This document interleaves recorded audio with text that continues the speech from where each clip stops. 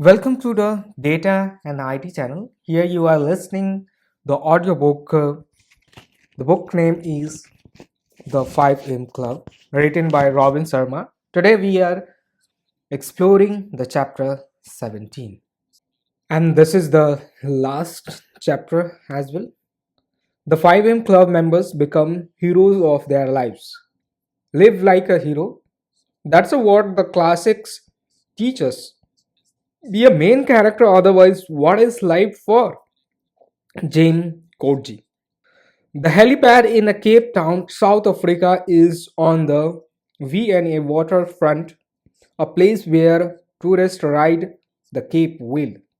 Yacht racers replenish their supplies for Filled adrenaline fueled oceans contest. Fishing charters may be booked and a strong morning coffee can be found. The bubbly brunette but the librarian glasses made sure the liabilities waivers were signed by the billionaire. The entrepreneur and the artist, she then stood on the leather sofa, made note on her checklist, provided her three VIP clients with the safety briefing that was mandatory. Before their helicopter whisked them to Robben Island. As you know, Robben Island, a barren, not so huge, sark surrounded, omnibus, ominous looking parcels of land sitting not so far from the coast of Cape Town, is where Nelson Mandela was confined to an enormous tiny prison cell for 18th of the 27 years he was imprisoned. Over time, this great hero of the world was attacked, abused, and otherwise mistreated. And yet he replied to this bad behavior with olive branches, seeing the good in his captors and guarding his hope for a democratic nations where all people would be equals. Speaking about Mahatma Gandhi, Einstein once said, generations to come will scarce believe that such a one as this ever in flesh and blood walked upon this earth. The same could be expressed of Mr. Mandela. It's an absolute pleasure to have you here for your short trip over to the Iceland. The woman indicated politely. South Africans are remarkably well mannered and thoughtful people. The billionaire wore a black baseball cap with the phrase, to lead is to be of use stitched on the front of it. You will have to take that off once you step into the helipad. Young man, the woman told him with the golden glimmers in her eyes. The billionaire beamed. I think she likes me, he whispered to his companion. Today's our last day together. He added matter of faculty. After the safety instruction had been delivered, the billionaire, the entrepreneurs, and the artists were escorted out of the building and into a paved holding areas where two weather beaten picnic tables sat. Through it was sunny and the winds were gust. The billionaire removed his hat. I feel a little anxious, thought the billionaire. I have never been to Robben Island. I have read a lot about what went on there under the inhuman and evil system of aparth- apartheid, apartheid, which ranked the treatment of people according to their color of skin with no consideration for the caliber of their characters or the quality of their herds.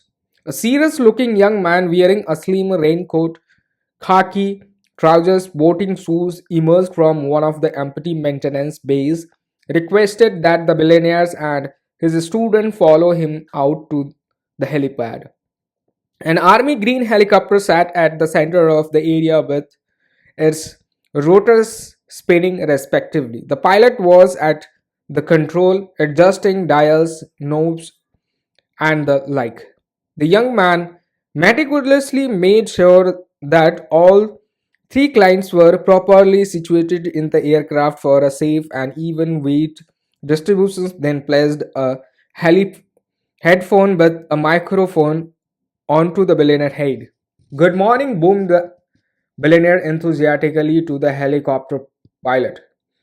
As the rotor accelerated, the pilot's face could not be seen beneath his helmet. Aviator sunglasses and face protector, and he refused to say a word.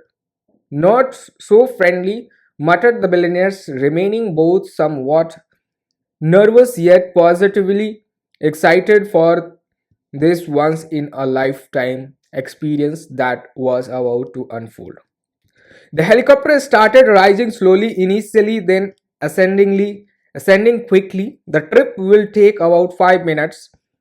Winds and sea swell are extra strong today, was all the pilot spoke. And even this he voiced curtly. The billionaire, the artist, and the entrepreneur remained quiet. Each of them simply started at Robben Island, a land mass that seemed more vast and even more brutal as they neared it. The aircraft landed on the pad surrounded by low trees, and as it did, seven springboks gracefully vaulted by, yes, seven springboks.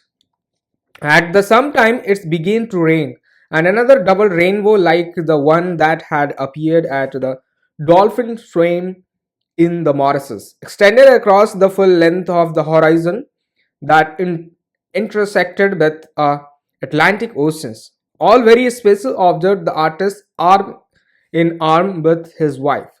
We have definitely entered the magic, replied the billionaire in a respectful tone that conveyed an enormous appreciation for the opportunity to experience Robben Island and at the same delivered a scene of sadness for the valuable lives that had been ruined there.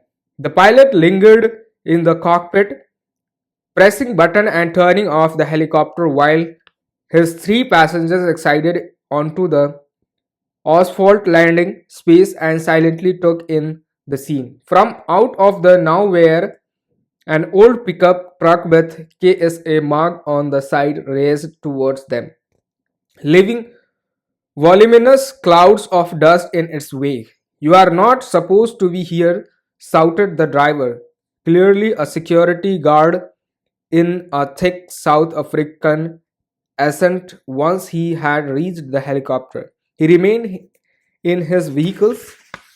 Because of the weather, Robben Island has been closed to the public, he called forcefully. The ferries have all stopped running. No vessel can come to port area here. No helicopters are allowed to land. You should have known about this. You should not be here. The officer emphasized, adding, who are you people? The guard did remain professional at all times. But he was visibly surprised and obviously mildly shaken, perhaps imagining that the occupants of the aircraft had planned some kind of guard assault, and thinking the unexpected visitors had illicit intentions. All is good here, the pilot said with a firmness and confidence not often seen. He was now standing outside the helicopter and began to walk slowly towards the man in a truck. First, adjusting his shirt, then arranging his helmet, which he kept on. The pilot was not young. You could detect this from the way he walked. This is a special day for them, remarked the pilot, his voice getting louder. These people have come a long way to see the prison cell where the Nelson Mandela was jailed. They have come to view the limestone quarry where he was forced to hack away at stones for over a decades. In the tortured sun that reflected off the rock to the point where it damaged his eyesight permanently. Yet they want to view the courtyard where the statesmen could exercise and throw the tennis balls with confidential messages insight to his fellow political prisoners in the next cell blocks. They need to go to the spot where Nelson Mandela manuscript for a long walk to freedom. His autobiography would be secretly buried in the dirt after he had spent many hours working on it. They need to experience at least a little the suffering Mr. Mandela endured over his 18 grueling years here, and they must learn about how, even though he was so vicious treated, a theft of many of the best years of his life. Once he was released, he chose to forgive all those who had been so cruel to him. The pilot stopped in front of the pickup truck. These people want to be the genuine heroes themselves. I hear in their professional and in their private lives. They wish to be a leaders of their productivity, icons in full on expression of their mastery and perhaps even path pledges in the fulfillment of the better humanity. Our world has never been so in need of pure heroes as it is today. And as I always teach when I present from the platform, why wait for them when you have it in you to become one of them? Wouldn't you agree, Stone? Asked the pilot, turning to speak to the billionaire, whose mouth instantly fell completely open. The pilot then, ever so gingerly, almost in slow motions, took off his face guard. Next, he said his sunglasses, and finally, he removed his helmet. The billionaire, the entrepreneur, and the artist were astonished by what they saw. It was the spellbinder. Starly, astrally and calculating fluorescent lighting kept the presence on Robben Island hauntingly airy even during the daytime and feeling frugal, brutal, and unsparing. A set of visible hands seemed to be guiding the members of the 5M club on that fantastic South African morning because, by some precious sympathy of Syno- synchronicity, the billionaire would call it, the magic, and the security guard who had raised up in the dusty pickup truck was huge followers of the spellbinders. And I am your one fan kind of fan. He loved the spellbinders' work that much. And so you won't believe this, but it really did happen. The head of the housekeeping, after receiving a green light from the guard, started the tour bus that was out of commission that day because of the bad weather and drove it to where the visitors stood. Say also asked one of the few guides still on the island to raise the flag and open the prisons for a totally private tour. Just for the billionaire, the entrepreneur, the artist, and the spellbinder. In every life, especially the hardest one, doorways of the possibility and gateways into the miraculous swim open, revealing the reality that everything that each one of us experiences is part of some intelligent and yes, often illogical plan mean to draw us nearer to our greatest powers, most wonderful circumstances, and highest good. Everything we go through as we travel through a life is, in truth, fantastic orchestrations designed to introduce us to our truest talent, connect us with our most sovereign selves, and deepen our intimacies with the glorious heroes that live inside each of us, yes, within every single one of us, and that does mean you. A tour guide who also happened to be a former political prisoner was a large man with a gruff voice as he led his guests towards the cell where Nelson Mandela was forced to be live for so many long and harsh years. He answered each of questions they asked. Did you know the Nelson Mandela? Queried the spellbinder thoughtfully. Yes, I served with him for 8 years here on Robben Island. What was he like as a person? Asked the artist, appearing overwhelmed by the emotions that he was feeling as they walked down to the main corridor of the jail that had been home to so many at- atrocities during the Apartheid era. Oh, said the guide gently with a gracious, even wise smile across his face. The man was a humble servant, and what was Nelson Mandela like as a leader? Pressed the entrepreneur. Tremendous, dignified, inspirational by the way he handled himself and all he went through.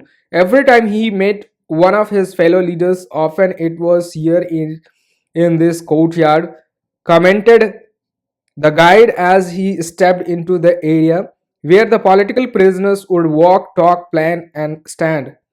He would ask, "Are you learning?" He'd also often say, "Each one teach one." In this way, mentoring his associates on the importance of sharing their daily learning to increase the leadership's capability of all those around them.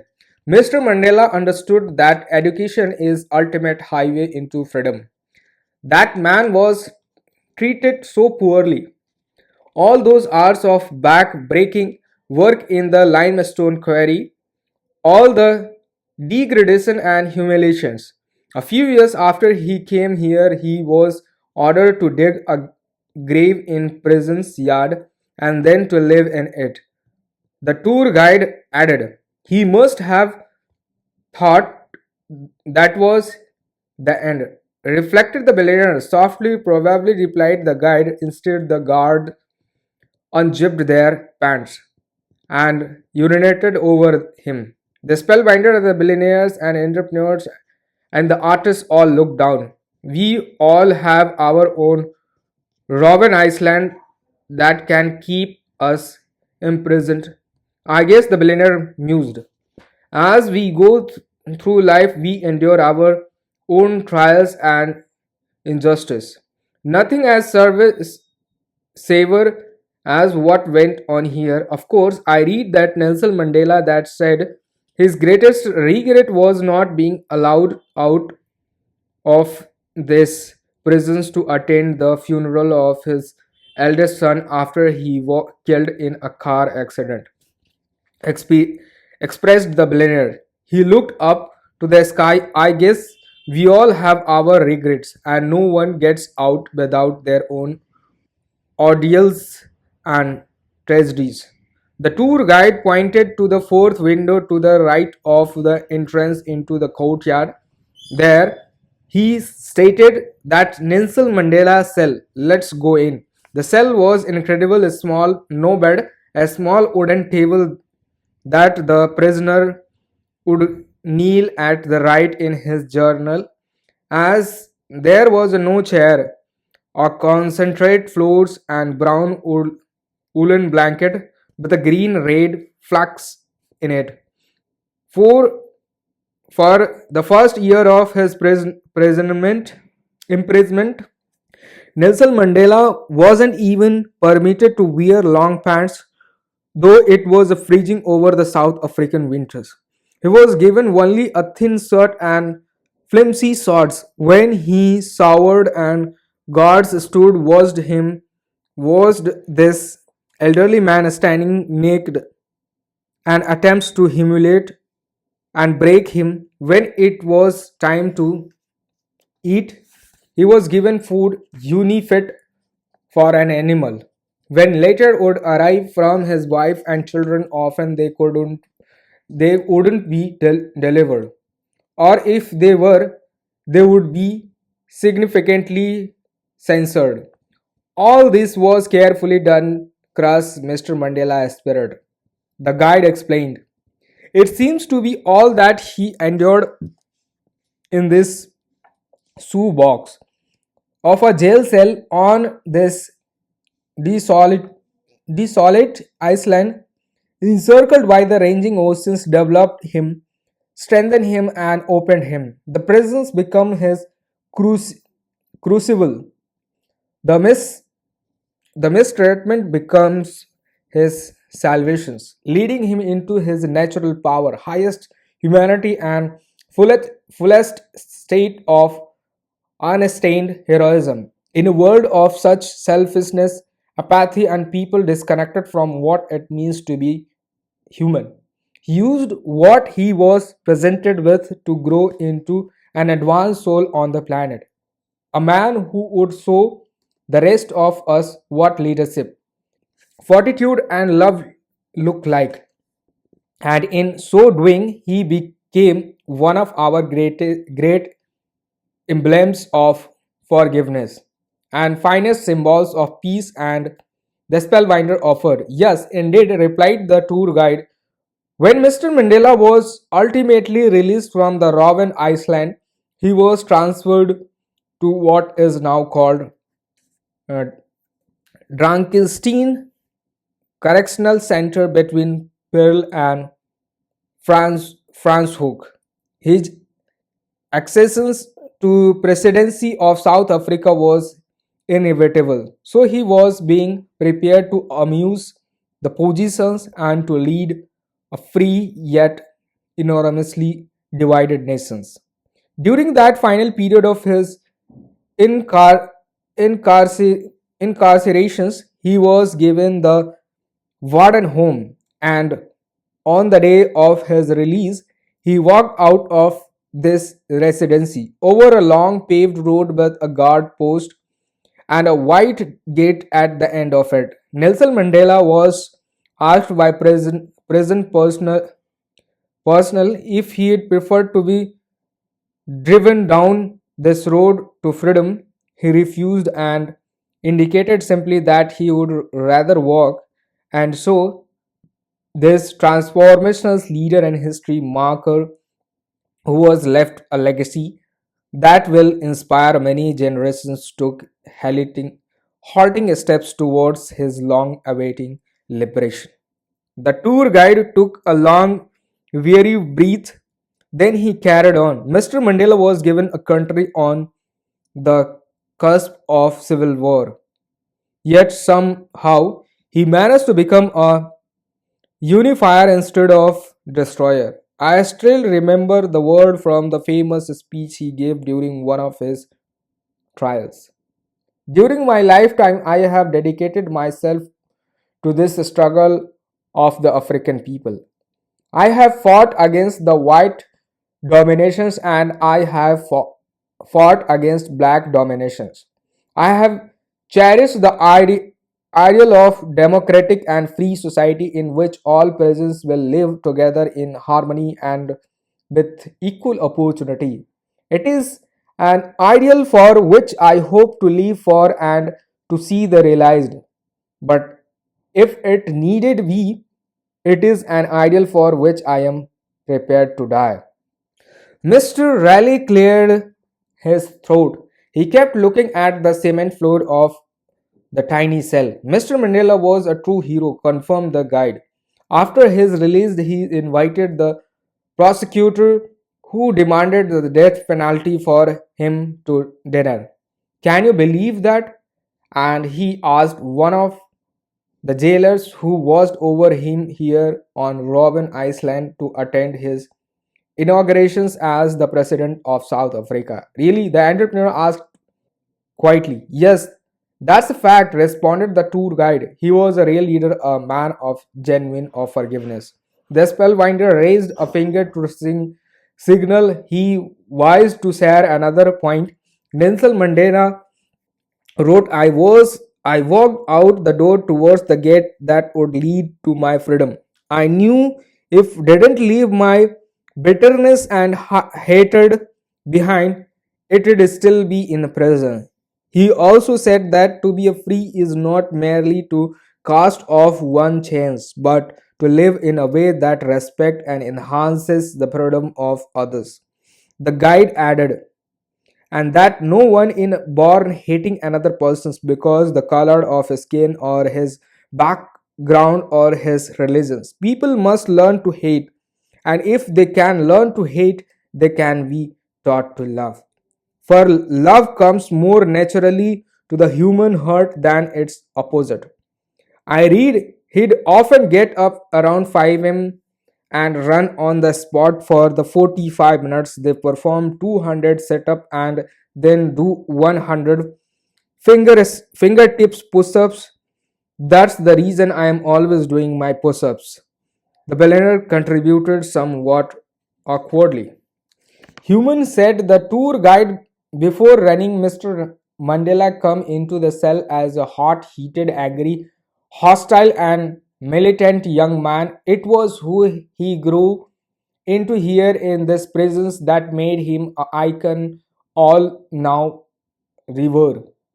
As Archbishop Desmond Tutu taught us, suffering can either embitter us or ennoble us. Thankfully, Mediva, which was his clan name, chose the latter. All the best men and women of the world have one thing in common, said the spellbinder: extreme suffering, and each of them involved into their greatness because they choose to leverage their circumstances to heal, purify, and unlift themselves. The spellbinder then pulled out the learning model from his jacket, the final one that the two students would see. It was called the heroic human circle. Here's what it looked like: the heroic human circles: bravery, forgiveness, integrity, understanding, sincerity, politeness, humanity. The seven virtues of world's changes. These these are the virtues each of us must aspire to become world changes and hero for the benefit of a better society, said the spellbinder. His voice filled his morning with hints of both melancholy and immense strength. Leadership is for everyone. Each of us, no matter where we live, what we do, what's happened to us in the past, and what we are experiencing right now, must release the shackles of blame, chain of hate, leg irons of apathy, and prisons bars of ordinary that keeps us in a slavery, salvary to the dark forces of our lowest nature. Every one of us must rise each morning, yes, at 5 a.m., and do everything we can possibly do to unfold our genius, develop our talent, deepen our character, and escalate our spirits.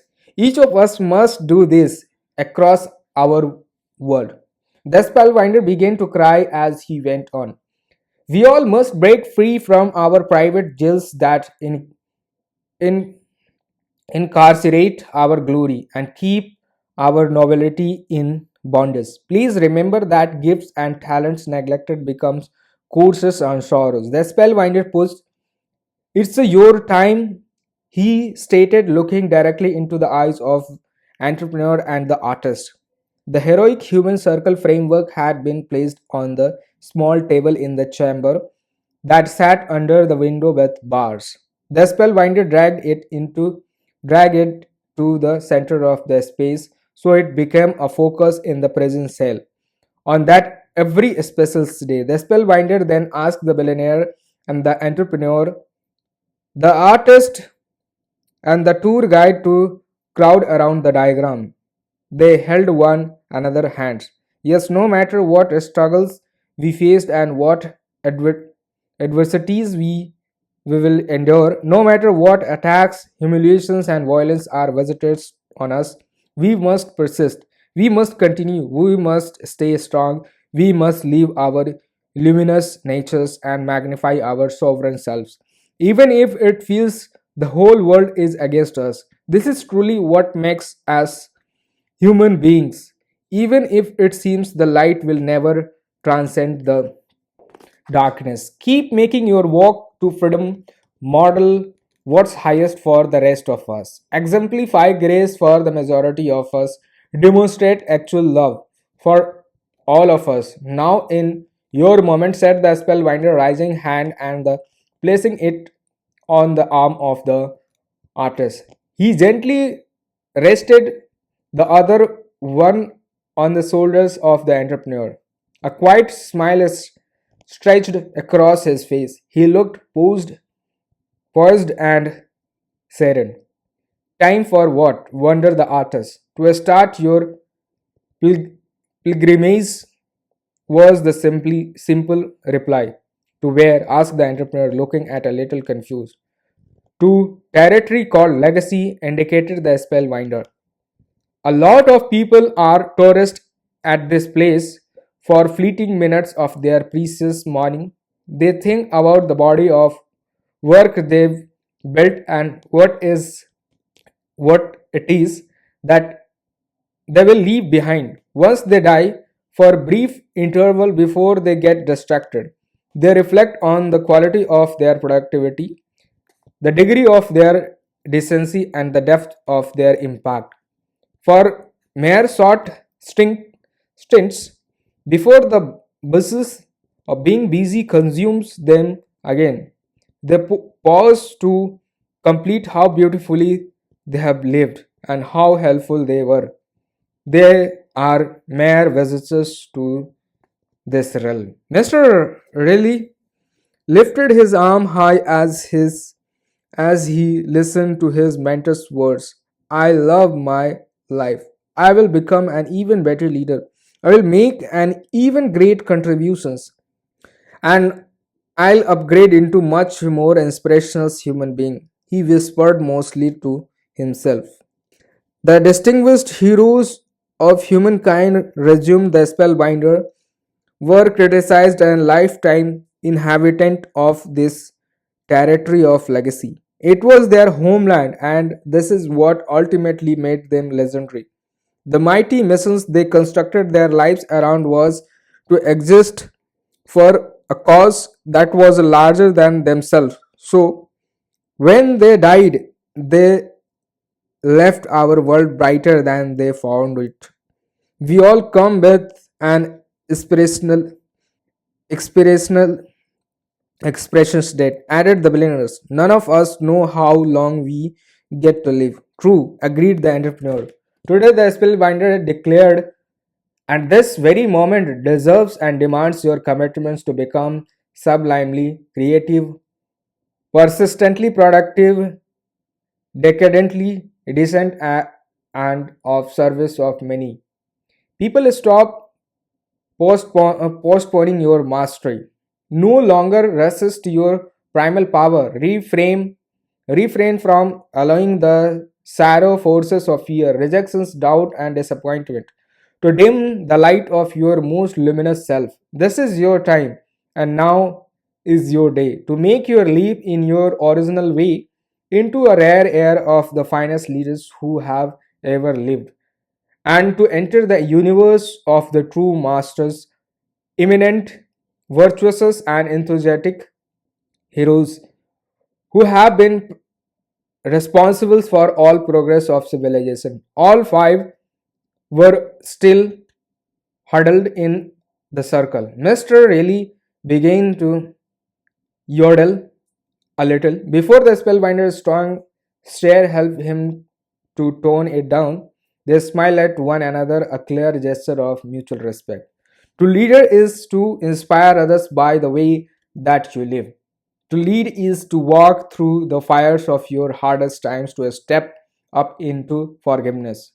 To lead is to remove any from the mediocrity, from the infiltration, infiltrating the quarters of your life in a dazzling celebration of the majesty that is your bright birthright. To lead is to turn your terror into triumphs and translate each of your heartbreakers into heroism, and more than all else. To lead is to be a force for a good on this tiny planet of ours. Today, you get to accept this grant call to raise the standards by which you live out the remainder of your life. Or at least starting tomorrow, the billionaire suggested with a mischievous grin. Starting at 5 a.m., they all said together, own your morning, elevate your life. At this point, the chapter 17 and the book is also has been ended. Please like, videos and subscribe the channels for the future new content as well. Thank you.